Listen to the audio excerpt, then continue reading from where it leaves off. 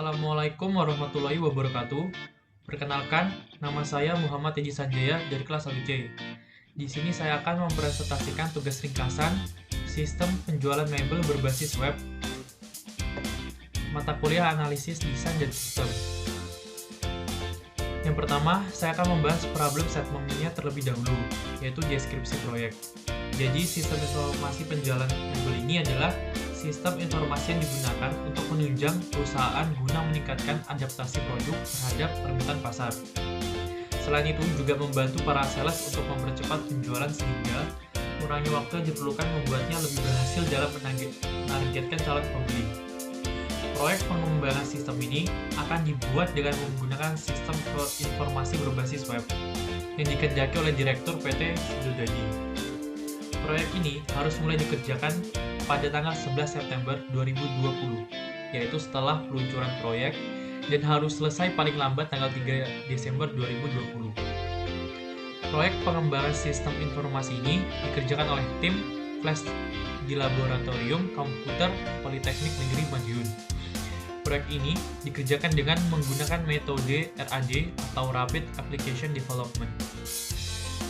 Selanjutnya, untuk current sistemnya, sistem penjualan ini masih terbilang sederhana. Proses pendataan konsumen oleh sales, proses pembelian atau booking barang, bahkan pencatatan dan penyimpanan barang. Untuk yang pertama adalah proses penjadwalan berkunjung ke toko. Jadi sistem ini masih melakukan penjadwalan untuk berkunjung ke toko. Selanjutnya, proses pelayanan. Sistem pelayanan saat ini masih dilakukan secara langsung. Jadi masih tatap muka. Selanjutnya ada proses pemilihan produk. Pada sistem ini, konsumen harus memberi tahu keluhannya atau menanyakan ketersediaan produk yang akan ia beli. Dan terakhir ada proses pembayaran. Pada sistem ini, proses pembayarannya yaitu konsumen harus membayar dengan cara mengantri di kasir. Dari keterangan di atas, adapun orang yang terlibat antara lain konsumen, sales, kasir, dan pramugari niaga atau pelayan toko. Di sini terdapat asilama, yaitu antara pelanggan, staf administrasi dan keuangan, dan direktur. Dimulai dari pelanggan, yaitu ada data barang, data pelanggan, dan data transaksi. Selanjutnya akan diterima oleh staf administrasi dan keuangan, lalu diolah pengolahan data transaksi penjualan menjadi laporan penjualan barang per periode, daftar pelanggan, dan faktur penjualan. Selanjutnya diterima oleh direktur menjadi laporan penjualan barang per periode, daftar pelanggan, faktur penjualan, dan diketahui dan ditandatangani.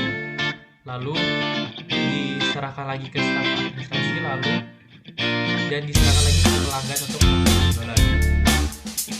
Ini variasi baru dengan 3 orang rata-rata baru, pelanggan, admin, dan juga. Di sini membuka laman web pertama, lalu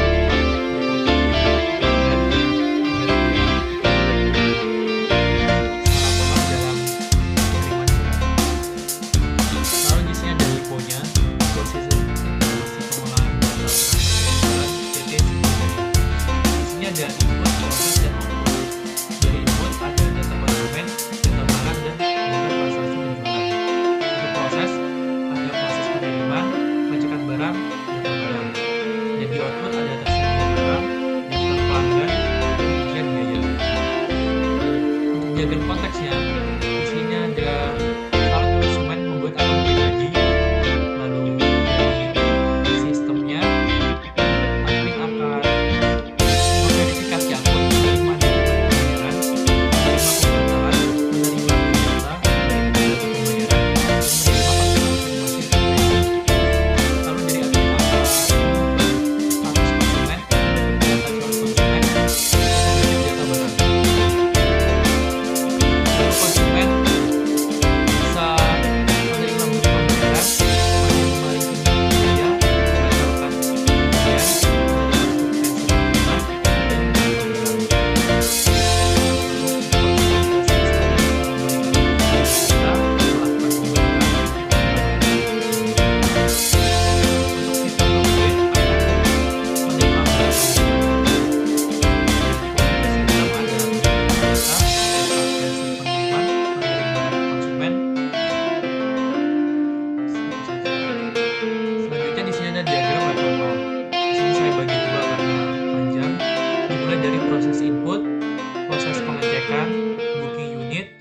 pembayaran, pengiriman, laporan, dan proses output. Di sini proses inputnya dimulai dari konsumen, lalu admin akan menerimanya, data barang, data konsumen, dan data transaksi penjualan, lalu akan dilanjutkan ke proses pengecekan, setelah itu ke booking unit. Setelah booking unit ada proses transaksi pembayaran di sini. Setelah pembayaran akan ada proses pengiriman barang. Setelah pengiriman barang otomatis ada laporan pengiriman, dan terakhir ada proses output. Di sini ada diagram level 1. Untuk diagram level 1, proses input data barang yang pertama. Di sini admin sistem akan proses input barangnya melalui admin. Setelah itu barang akan diinput melalui data barang.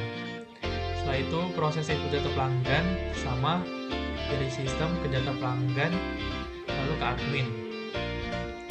Untuk data proses input data transaksi penjualan, di sini ada proses input transaksi penjualan ke data transaksi penjualan dan ke admin. Selanjutnya seperti itu.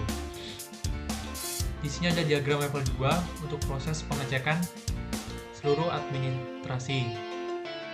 Yang pertama ada proses pengecekan barang, pelanggan, transaksi penjualan, lalu dijadikan satu menjadi data transaksi penjualan. Lalu ada proses pembookingan. Di sini booking adalah menerima rincian biaya dari konsumen. Lalu ada proses pembayaran. Itu sistem akan menerima bukti pembayaran. Dan terakhir ada proses pengiriman. Sistem akan menerima pengemasan dari admin. Di sini ada diagram level 3 untuk laporan penjualan barang per periode untuk admin. Di sini ada proses output laporan penjualan barang per periode dari laporan penjualan ke admin. Lalu ada daftar pelanggan untuk admin. Selanjutnya ada faktur penjualan untuk admin, ada faktur penjualan untuk kurir, dan laporan penjualan barang per periode untuk direktur. Di sini juga ada daftar pelanggan untuk direktur, faktur penjualan untuk direktur, dan faktur penjualan untuk konsumen. Di sini ada desain output. Desain outputnya laporan penjualan barang per periode. Contohnya seperti ini, dengan periodenya H10 garis miring 34. Untuk H-nya sendiri adalah menyatakan huruf dan 3 ini adalah menyatakan angka. Di sini untuk nomor kita beri angka, kode transaksi kita beri huruf, tanggal kita beri angka, kode pelanggan kita beri huruf, nama pelanggan kita beri huruf, nama barang kita beri huruf, satuan juga huruf, harga satuan kita beri angka, jumlah kita beri angka, dan jumlah harga kita beri angka. Di sini ada desain output daftar pelanggan.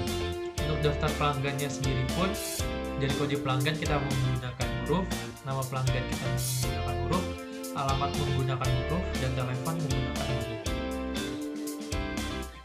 Selanjutnya di desain output faktur penjualan. Di sini kode transaksi menggunakan huruf, tanggal menggunakan angka, kode pelanggan menggunakan huruf, nama pelanggan menggunakan huruf, nomor menggunakan angka, kode barang menggunakan huruf, nama barang menggunakan huruf, satuan huruf, harga satuan menggunakan angka, jumlah menggunakan angka, dan jumlah harga menggunakan angka. Selanjutnya di sini ada relasi antar tabel.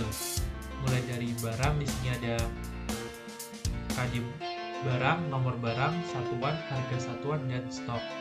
Dari barang ini, satu barang akan memiliki banyak transaksi penjualan, yaitu ada kode transaksi, tanggal transaksi, kode pelanggan, kode barang, dan jumlah jual. Dari transaksi penjualan ini, dari banyaknya transaksi akan memiliki satu konsumen yang ada terdiri dari kode pelanggan, nama pelanggan, alamat, dan telepon. Selanjutnya di sini ada desain tabel antara lain barang dengan nama atributnya, satu kode barang dengan tipe varchar panjangnya 6, selanjutnya ada nama barang dengan tipe varchar panjang 20 dengan satuan varchar panjang 20, selanjutnya ada harga satuan dengan tipe double dan panjangnya default, selanjutnya ada stock tipe integer dan panjangnya 5. Selanjutnya ada transaksi penjualan dengan kode transaksi tipe varchar panjangnya 10, tanggal transaksi tipe date dan panjangnya default, kode pelanggan dengan tipe varchar panjangnya 6, kode barang dengan tipe varchar panjang 6, dan jumlah jual dengan tipe integer panjang 5. Selanjutnya untuk konsumen dengan kode pelanggan tipe varchar panjang 6, nama pelanggan tipe varchar panjang 20, keterangan alamat tipe varchar panjang 50, dan telepon tipe varchar panjang 12. Selanjutnya kita ke desain input. Jadi ini adalah desain input data barang. Untuk tampilannya nanti seperti ini, data barangnya, input barang. Saya telah mendesainnya seperti ini dengan form input barang. Kita bisa pertama akan memilih kode barang, nama barang, satuan, harga satuan, dan stok. Bila kita akan lanjutkan, otomatis kita akan menyimpannya terlebih dahulu dan kita lanjutkan. Bila kita membatalkan input barang ini, maka kita akan pilih batal. Lalu di sini ada input data konsumen. Jadi di sini konsumen akan mengisi kode pelanggannya, terus nama pelanggan, alamat, dan telepon.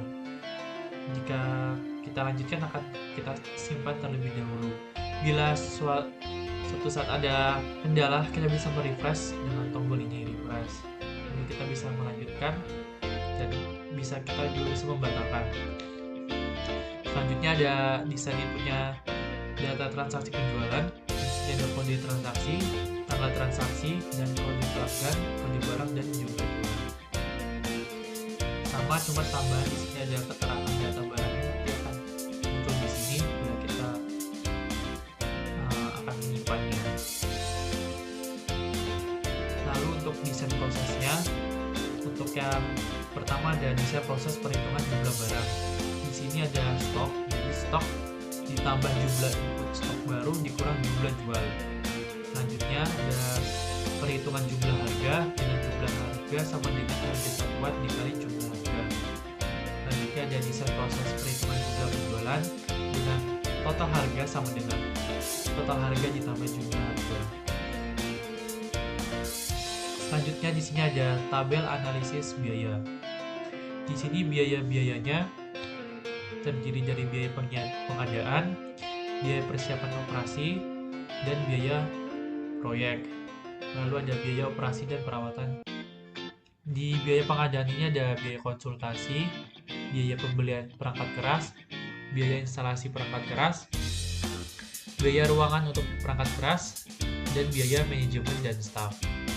Untuk di biaya persiapan operasi, ada biaya pembelian perangkat lunak sistem, biaya instalisasi perangkat komunikasi, dan biaya manajemen dan staf. Untuk biaya proyek, di sini ada biaya konsultan. Jadi di konsultan ada 2 orang analisis dan 3 orang programmer. Lalu ada biaya perjalanan dan akomodasi. Untuk yang B ada tahap analisis sistem. Di sini ada biaya pengumpulan data, biaya rapat, biaya manajemen dan staf, dan biaya dokumentasi.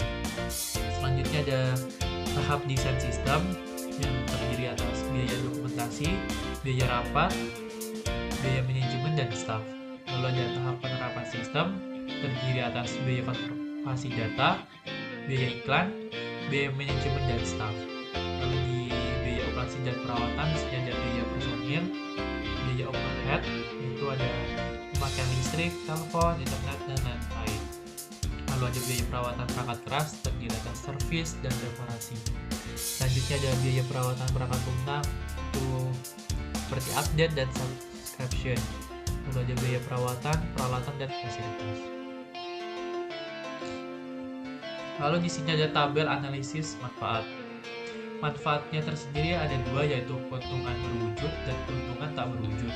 Di sini untuk keuntungan berwujud ada pengurangan biaya operasi, pengurangan biaya telekomunikasi, peningkatan penjualan, pengurangan biaya persediaan, dan pengurangan kesalahan proses.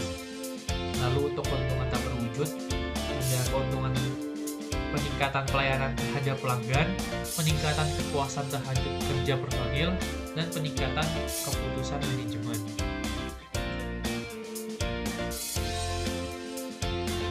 Terakhir ada perhitungan return of investment. Dari dokumen perencanaan sistem informasi dapat diketahui bahwa proyek sistem informasi di atas itu adalah bernilai 144 juta. Dari dokumen tersebut dapat dilihat total manfaatnya. Untuk manfaat pertama itu sebesar 45 juta 200. Lalu tahun kedua sebesar 55 juta 200 ribu. Tahun ketiga sebesar 70 juta 700 ribu. Dan keempat sebesar 82 juta 200 ribu. Total manfaatnya pun sebesar 253 juta 300 ribu.